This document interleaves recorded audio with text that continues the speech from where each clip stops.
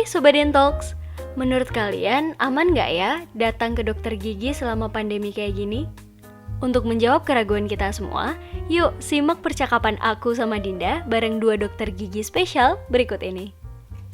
Halo Sobat Dentalks, kembali lagi di Dentalks episode dari Confident. Nah, kali ini aku nggak akan sendirian karena kita bakal kedatangan narasumber yang spesial yang akan memberikan edukasi nih ke kita mengenai praktek dokter gigi di tengah pandemi.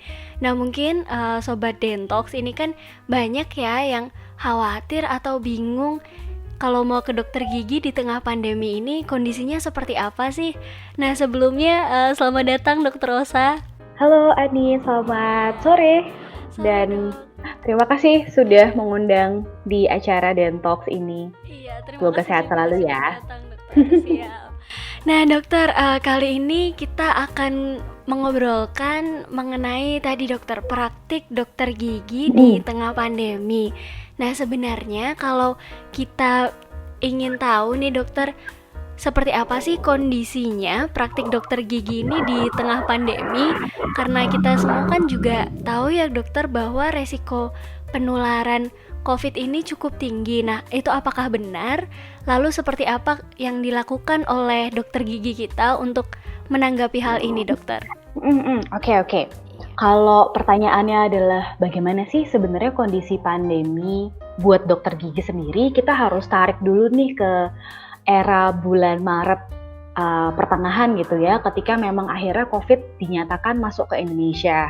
Kemudian istilahnya paranoid di masyarakat, terjadilah sebuah paranoid di masyarakat.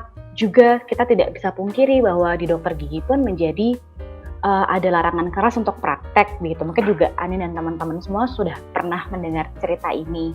Kemudian di tengah kekurangan APD, kemudian juga teman-teman kita di garda terdepan penanggulangan COVID ini juga sedang membutuhkan APD yang sangat di level 3 ya APD-nya juga masih sangat susah. Nah ini memang akhirnya PBPDG menyarankan untuk tutup nih, nggak bisa kita praktek karena resource-nya nggak ada, penularannya sangat tinggi. Maka memang di bulan-bulan tersebut dokter gigi benar-benar close, tidak ada yang membuka praktek kecuali ada emergency. Tapi kan bagaimanapun juga sumpah kita tidak bisa kita ingkari ya, walau bagaimanapun juga tugas kita sebagai salah satu pelayan di masyarakat di bidang kedokteran gigi, kita harus tetap melayani masyarakat.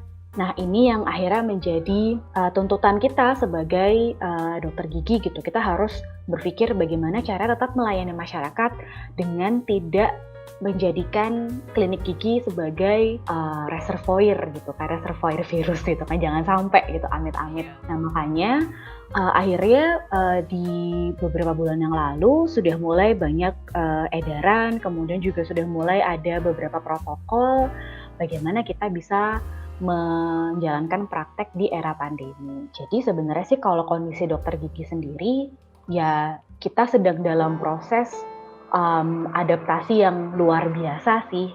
Dari yang awalnya praktek cuma pakai scrub, terus kita harus pakai APD level 3, itu penyesuaian yang luar biasa. Belum lagi penyesuaian dari ruangan prakteknya juga yang harus ada investasi beberapa alat, kemudian perubahan protokol dan SOP itu juga major beberapa hal. Jadi kondisinya sih kurang lebih seperti itu sih, gitu. Oke, baik dokter. Kalau dulu seperti yang sudah dokter Osa sebutkan tadi juga ada beberapa kasus yang memang diprioritaskan untuk tetap bisa datang ke dokter gigi gitu kan dok. Nah, apakah saat ini batasan-batasan kasus ini masih ada atau memang dengan tadi sudah ada APD kemudian ada alat-alat yang ditambahkan itu sudah melayani untuk semua kasus begitu dok? Nah ini sebenarnya ada beberapa pendapat sih tentang ini. Cuma gini, kalau misalnya kita melihat tentang bagaimana perilaku virus COVID-19, virus coronavirus ini, dia memang sangat attach pada hal-hal yang aerosol seperti itu ya, karena dia memang di dokter gigi kan kita tahu bahwa semuanya ada aerosolnya, mulai dari scaler, kemudian dari high speed bur, itu kan itu istilahnya aerosol generated procedures gitu, di mana kita akan menciptakan aerosol gitu. Nah ini kan sangat berisiko gitu untuk penularan apapun sebenarnya sih, nggak cuma COVID-19 gitu. Kemudian akhirnya banyak riset yang akhirnya menceritakan tentang bagaimana sih kita cara menanggulangi hal ini. Kita kan nggak mungkin ya tutup terus gitu. Makanya akhirnya ada beberapa prosedur yang harus dijalankan. Yang pertama, kalau misalnya kita mau melakukan yang tadi disebutkan dengan aerosol generated procedures, kita harus punya yang namanya ruangan bertekanan negatif. Apa itu ruangan bertekanan negatif? Bagaimana caranya aliran udara itu tidak berbalik. Nah, jadi kalau misalnya dulu nih praktek dokter gigi yang sebelum era pandemi itu kan biasanya menggunakan AC ya. Terus nanti kan udaranya kan akan keluar dari AC, kemudian dia akan berputar dalam ruangan itu. Nah itu nggak boleh sekarang. Harus ada prosedur penyedotan udara keluar. Jadi udara masuk dari AC masuk ke ruangan, kemudian harus berputar keluar lagi. Jadi nggak boleh ada udara yang berputar-putar. Nah itu yang disebut dengan ruangan bertekanan negatif. Kemudian perlengkapan lainnya adalah tadi aerosol vacuum. Itu extraoral vacuum. Penyedot extraoral vacuum itu juga bisa digunakan untuk mengurangi perputaran atau menyedot aerosol yang ada keluar dari handpiece ataupun ultrasonic scaler. Jika hal-hal tersebut sudah ada di mana tidak ada perputaran langsung udara dalam ruangan itu, sebenarnya sih prosedur menggunakan aerosol itu sudah bisa dilakukan. Jadi kalau tadi pertanyaannya apakah ada restriksi kasus-kasus tertentu nih yang boleh ke dokter gigi? Kalau sudah sesuai dengan prosedur yang ditekankan oleh PBPDKI, sebenarnya sih sudah aman. Gitu deh. Jadi sebenarnya sudah, tapi tetap itu ya harus dicek lagi apakah ruangannya sudah sesuai dengan kondisi yang seharusnya sekarang. Gitu. Apabila teman-teman nanti mau datang nih dokter untuk berobat ke dokter gigi, kira-kira apa saja sih yang perlu diperhatikan oleh teman-teman dan apa yang harus disiapkan sebelum datang ke dokter gigi, Dok? Oke, sebenarnya sih kalau beberapa dokter gigi sebenarnya sudah melakukan screening dulu biasanya. Jadi kalau zaman dulu nih sebelum pandemi kan kita mau ke dokter gigi bisa tuh impromptu langsung pengen ke dokter gigi, terus kita langsung datang ke klinik dan langsung ditangani gitu. Sekarang rata-rata klinik gigi tuh menyarankan untuk ada scheduling atau janjian pasien. Dengan begitu biasanya teman-teman nggak bisa langsung datang ke dokter gigi, jadi harus telepon dulu, atau biasanya kan klinik-klinik atau dokter-dokter tuh sudah memampang gitu nomor telepon atau WhatsApp atau sosial media yang lain yang bisa dihubungi pasien sebelum datang ke dokter gigi. Jadi menurut saran saya sih pertama cari dulu untuk scheduling dulu gitu, jadi janjian dulu gitu. Sebelum nanti kecewa ternyata tidak boleh langsung daftar dan ditangani. Kemudian biasanya saat scheduling dokter gigi atau staffnya biasanya akan minta untuk ada screening, ada semacam kuesioner nih yang harus diisi. Standar sih kuesioner di mana-mana biasanya adalah suhu tubuh, kemudian apakah ada bepergian dalam 14 hari yang lalu, kemudian apakah pernah berkontak dengan pasien atau kemudian penyakit sistemik yang ada, apakah ada dan semua morbiditas yang mungkin tuh akan ditanyakan di screening awal. Keluhannya apa dan sebagainya. Nah itu nanti itu juga harus diisi. Jadi jangan kaget ya teman-teman. Mungkin biasanya ke dokter gigi langsung bisa ditangani. Sekarang kok ada yang ditanya-tanyain dulu, yaitu itu memang prosedur yang sekarang begitu. Jadi memang harus mengikuti prosedur itu. Terus jangan lupa pastikan sebelum teman-teman pergi ke dokter gigi ya sehat nih, dalam kondisi yang sehat, dalam kondisi yang fit, tidak demam. Kemudian sudah janjian dengan dokter gigi yang akan dituju, kemudian sudah mengisi screeningnya, lalu jangan lupa doping vitaminnya boleh gitu. Misalnya bagaimanapun juga sistem imun kita harus bagus. Gitu deh. Oh, tambahannya mungkin kalau misalnya ada APD yang harus digunakan ya mohon tetap mengikuti prosedurnya, misalnya harus menggunakan masker, lalu nanti biasanya apakah ada apron yang akan digunakan, tidak boleh ada yang nungguin di dalam, kayak gitu sih biasanya. Nah, dok, apakah perlu menyertakan hasil rapid atau swab test gitu dok sebelum datang ke dokter gigi? Tergantung prosedurnya sih Anin biasanya. Kalau misalnya untuk prosedur-prosedur yang memungkinkan harus ada tindakan operatif gitu ya, katakanlah bedah, beberapa klinik atau rumah sakit biasanya menyarankan ada hasil rapid atau bahkan swab test gitu. Cuma tidak semuanya sih, gitu. Oke dok, terima kasih banyak dokter untuk informasinya. Jadi kalau kita bisa simpulkan, karena saat ini keadaan pandemi dan semuanya juga pastinya berubah tidak seperti dulu lagi. Ada banyak perubahan yang memang kita semua mau tidak mau sebagai pasien maupun sebagai dokter gigi harus beradaptasi gitu ya dok. Apabila Betul. saat ini mungkin ada kebiasaan-kebiasaan yang dulu tidak dilakukan, kita juga harus belajar untuk melakukan hal-hal tersebut gitu ya dok. Dan apabila memang sudah perlu untuk datang ke dokter gigi, teman-teman bisa datang saja dengan syarat-syarat yang tadi sudah disebutkan oleh dokter Osa, tanpa perlu khawatir tapi tetap harus waspada juga begitu ya dok. Betul. Tidak khawatir tapi tetap waspada. Nah ini harus ditekankan. Iya. Baik dokter, mungkin dari dokter Osa ada yang mau disampaikan dulu dok sebelum kita tutup obrolan hari ini? Sedikit saja sih, sebenarnya apapun yang kita lakukan di masa pandemi ini tetap menjaga kesehatan, kemudian jangan sampai dengan kita pergi ke suatu tempat, misalnya ke dokter gigi, kita justru membahayakan orang lain, sehingga kita harus tetap melakukan protokol kesehatan standar ya, menggunakan masker, cuci tangan, dan jaga jarak. Udah, gitu aja. Oke, baik. Terima kasih Dokter Osa atas waktunya dan obrolannya. Sama-sama. Oke. Nah, gimana? Udah dengar penjelasan dari Dokter Osa? Gak berhenti sampai situ, kita masih ada satu obrolan menarik lagi mengenai praktik dokter gigi di masa pandemi yang bakal dibawain sama Dinda dan tamu spesial kita, Dr. Mirza. Langsung aja, yuk kita dengerin. Halo, kembali lagi bersama Dinda di Dentalks. Nah, di segmen COVID Den alias COVID in Dentistry kali ini, kita sudah terhubung dengan salah satu dokter gigi yang pastinya udah gak asing lagi kan para sobat Dentalks. Yap, kali ini kita bareng sama dokter gigi Mirza Mangku Anom, spesialis konservasi gigi. Halo dokter Mirza, apa kabar?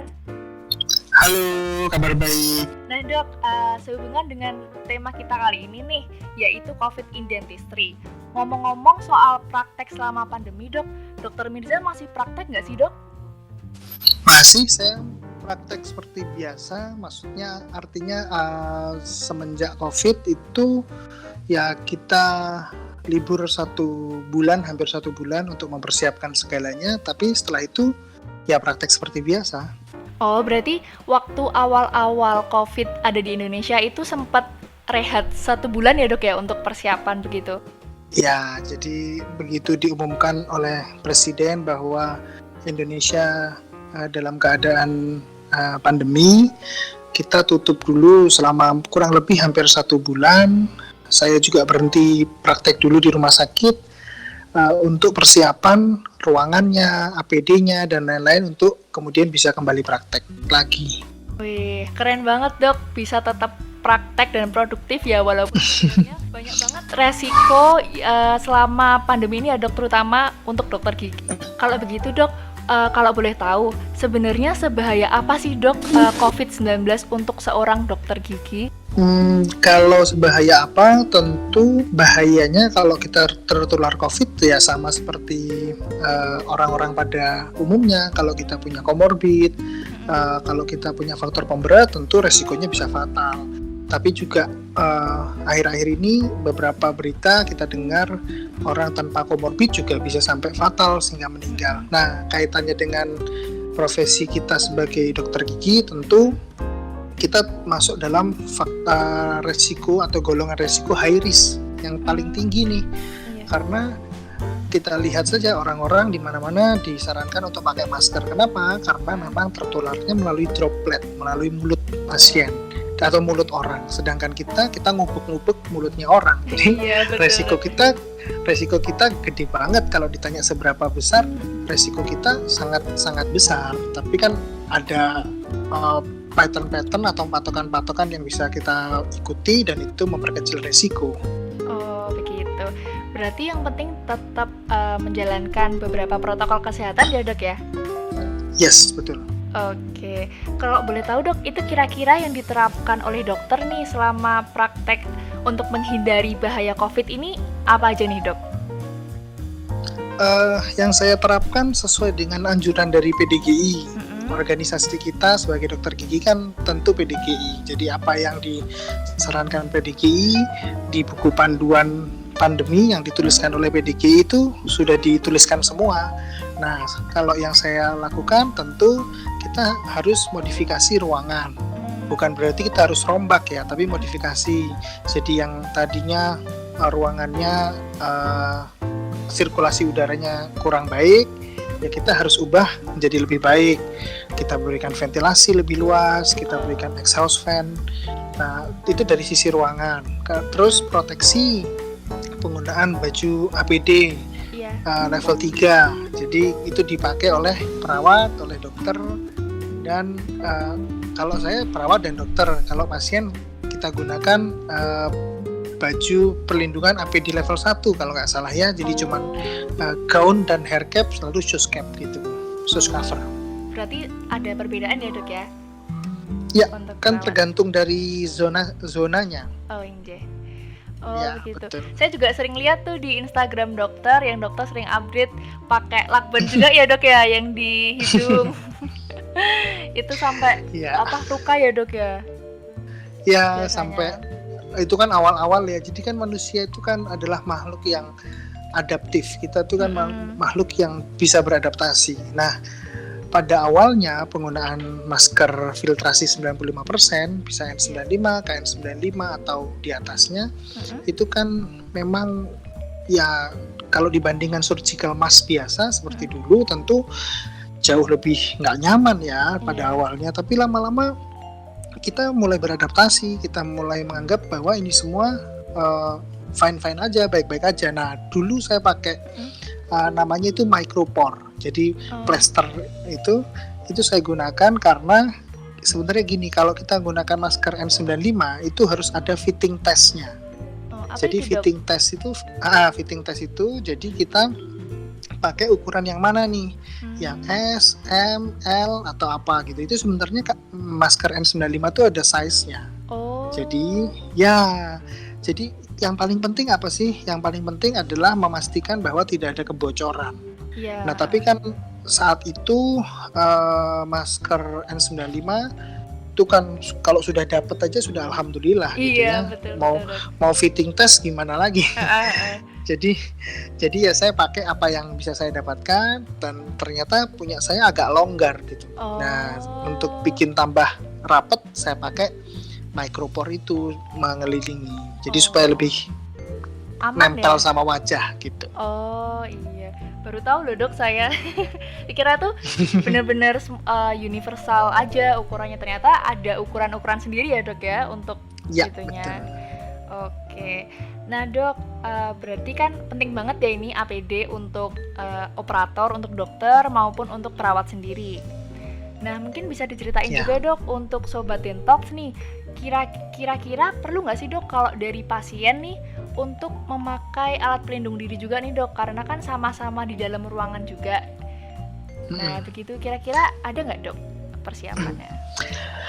Oke, kalau saya pertimbangannya kenapa saya menggunakan proteksi di pasien ya karena begini, aerosol itu kan partikel yang sangat kecil yang berterbangan di udara dalam beberapa waktu tertentu, timbul dari tindakan medis, contohnya adalah ngebur, scaling, segala macam itu kan dia berterbangan. Nah, memang sekarang ada namanya aerosol suction atau extraoral suction. Oh iya. Tapi Ya yang di kayak ada nyedot dari luar itu, ya. Iya. Tapi kan saya ingin menambahkan ekstra proteksi buat pasien-pasien yang saya kerjakan, agar mereka juga mendapatkan keamanan dan kenyamanan yang sama, yang sesuai. Iya. Jadi saya terapkan penggunaan proteksi ya. Tujuannya adalah untuk itu. Kalau ditanya penting atau tidak, tergantung kebutuhannya. Jadi sobat Dentox, dokter gigi atau koas atau yang lain itu lihat kebutuhannya, kira-kira kita membutuhkan atau tidak. Nah, jadi disesuaikan Ya berarti dengan kebutuhannya masing-masing. Kalau pekerjaan saya butuh. berarti tetap tergantung ya dok ya. Ya. Oke. Jadi gitu Sobat Dentox, semua tetap tergantung pada kondisi dan perawatan yang akan dilakukan gitu. Terus dok, Betul. kalau boleh tahu nih, kan selain dari APD-nya atau istilahnya tamengnya kita ya dok, kalau kita perang nih APD nih, dari PDGI kan kalau tidak salah kan ada seperti prioritas kasus yang harus ditaati selama pandemi ya dok, jadi nggak bisa semua kasus dikerjakan nih. Kalau boleh cerita nih dok, kira-kira kasus apa aja sih yang boleh dikerjakan dan tidak boleh dikerjakan selama pandemi seperti ini? Oke, jadi beberapa bulan lalu itu kan status kita pandemi atau status darurat COVID ya. Jadi itu ada anjuran dari PDGI, panduan bahwa kita mengerjakan case-case yang memang dianggap emergency. Emergency itu dibagi atau kurang lebih ada 3 kalau saya nggak salah ingat. Mohon dikoreksi kalau ada tambahan. Jadi kasus yang bengkak itu, terus gigi patah hingga berdarah, lalu bernanah. Nah, itu kurang lebih itu. Satu lagi, sama sakit atau nyeri yang tidak tertahankan. Saat itu memang beberapa bulan lalu saya hanya mengerjakan case-case itu. Tapi kini saya sudah mengerjakan hampir seluruh kasus seperti biasa. Oke, berarti terutama ini di kasus di konservasi gigi ya dok ya, berarti Iya. 4 kasus tadi di awal pandemi dibatasi, jadi hanya beberapa kasus seperti bengkak, kemudian gigi patah yang berdarah, bernanah, dan gigi yang sakit atau nyeri tak tertahan ya dok. Iya. Tapi Itu tolong dikoreksi kalau saya salah ya. oh jadi dok. Lupa saya. Oke. Ini ya dok, tapi untuk sekarang berarti benar-benar sudah new normal ya dok ya istilahnya, karena sudah mengerjakan hampir semua kasus. Jadi new normal atau tidak itu kan kalau secara general kita sudah masuk tahapan new normal. Tapi new normal itu tentu kewaspadaannya tidak boleh kendor, tidak boleh berkurang. Tapi yang dituntut adalah kemampuan kita beradaptasi dalam kondisi seperti ini. Tentu semua case itu berpotensi untuk menjadi 4 kasus itu. Misalkan ada gigi lubang, terus didiamkan, ditunda karena dianggap tidak emergensi, ditunda, dan akhirnya dia juga akan bengkak, dia akan sakit, akan sangat mengganggu dan akan masuk ke dalam golongan emergensi gitu. Nah, penundaan kasus seperti itu, ini menurut saya, pendapat saya pribadi, penundaan kasus seperti itu tidak bisa terus-terusan dilakukan. Pada akhirnya kita harus mengerjakan case-case yang berpotensi untuk menjadi emergensi. Jadi karena gini, pandangan saya gini, karena APD itu sekarang sudah semakin mudah didapatkan, terus protokol atau panduan praktek dokter gigi sudah semakin jelas. PDGI sudah mengeluarkan protapnya, kita harus kumur pakai apa, maksudnya pasiennya, terus flow-nya seperti apa, segala macam sudah sangat jelas ditulis di panduan PDGI itu. Jadi menurut saya kalau kita melakukan atau menjalankan protap atau protokol dari yang sudah ditentukan, insya Allah aman. Begitu, berarti tetap sesuai anjuran dari PDGI ya dok ya. Tapi untuk case-case-nya berarti tetap dilakukan yang seperti biasanya begitu. Iya, betul. Kalau dari kasus-kasus tadi dok, dari keempat itu, yang paling sering dokter tanganin tuh apa, Dok? Paling sering gigi lubang karena saya konservasi, jadi paling sering gigi berlubang, bengkak, terus sakit yang sangat luar biasa begitu. Itu hampir case yang setiap hari saya tangani seperti itu. Makanan setiap hari ya, Dok ya? Iya, iya, karena saya bekerja dalam tim, jadi artinya saya prakteknya itu tim, jadi tidak hanya praktek sendiri, sehingga kalau case-case yang membutuhkan pencabutan, terus case di luar konservasi, biasanya akan saya rujuk ke teman-teman yang sesuai bidangnya. Tentu yang saya kerjakan hanya case-case yang berkaitan dengan konservasi saja, seperti tambal, PSA, ya, dan lain-lain lah yang urusan sama konser lah pokoknya. Iya, konser banget ya, Dok ya. Namanya juga spesialis konservasi gigi. Nah, Iya. kemudian ini, Dok, terakhir nih. Kira-kira Oke. dokter ada nggak sih, Dok, pesan untuk sobat Dentox di luar sana nih, biar nggak takut untuk datang ke dokter gigi walaupun di era pandemi seperti sekarang, Dok? Oke, jadi buat teman-teman sobat Dentox, jangan takut ke dokter gigi kalau memang teman-teman membutuhkan bantuan dari dokter gigi. Karena dokter gigi atau semua tenaga medis, salah satunya dokter gigi, itu pasti mereka akan memikirkan proteksi untuk dirinya, untuk pasiennya, dan untuk orang di sekitarnya. Jadi teman-teman sudah tidak perlu khawatir lagi, waduh nanti kalau ke dokter gigi takutnya nanti ketularan segala macam. Iya.